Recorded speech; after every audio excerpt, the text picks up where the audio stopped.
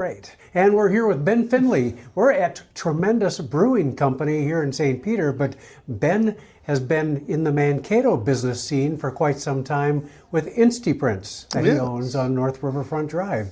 Tell us, Ben, how did you get to be who you are today? Well, that's a great question. I'm not sure I could even follow it all, but it all started with growing up. I grew up in St. Clair, Minnesota.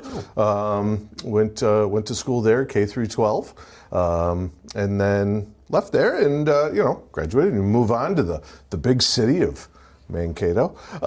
Yeah, because St. Clair even today is only a few hundred, or is it 1,000?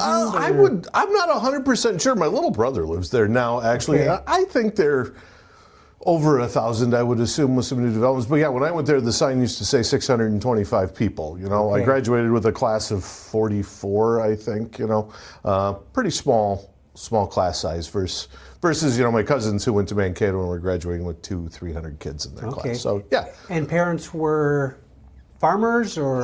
No, my father was a factory worker. My mother, kind of a receptionist, secretary, personal assistant kind of role with a company. And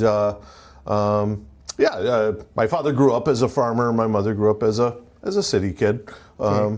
So yeah, no, we just lived in a subdivision out in the middle of the country, kind of, and it was right on the school line. And my parents could have decided Mankato or St. Clair, and they decided to opt for the smaller class size. Was really, I think, the main vibe. And came to Mankato for college, or? Well, originally I came to Mankato. I was working.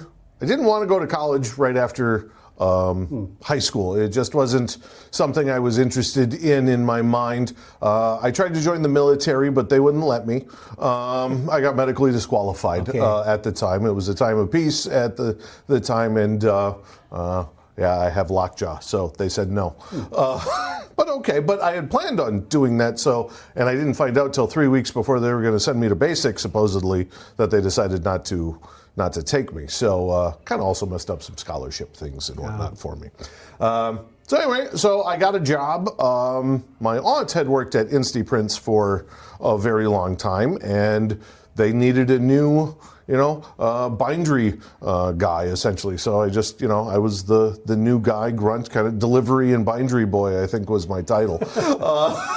I drove around, made deliveries, and stood in the back and folded stuff, whatever needed to be done. Sure.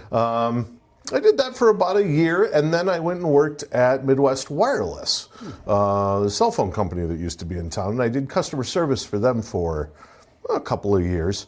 And then I left that and decided to go back to college, or to really go to college for the first time. I had taken a few classes here and there, but decided to really go to college.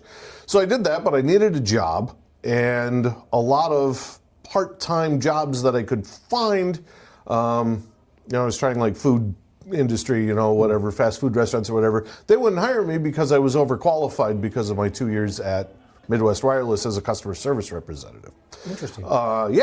So turns out one of the people who would replace me at InstyPrints was leaving because they were graduating college at this point. So I called my old employer, Bob, and I said, "Hey, buddy, you probably need to hire me again." And he initially said no, and then thought about it for a week, and then called me back and goes, "Yeah, okay, come in on Monday." And so I got my job back at InstyPrints, and I just worked there with him for more years, went to college, got a degree in music industry at MSU. By the time I was done, after, 6 or 7 years in total, that's how you get a bachelor's degree. Really take your time.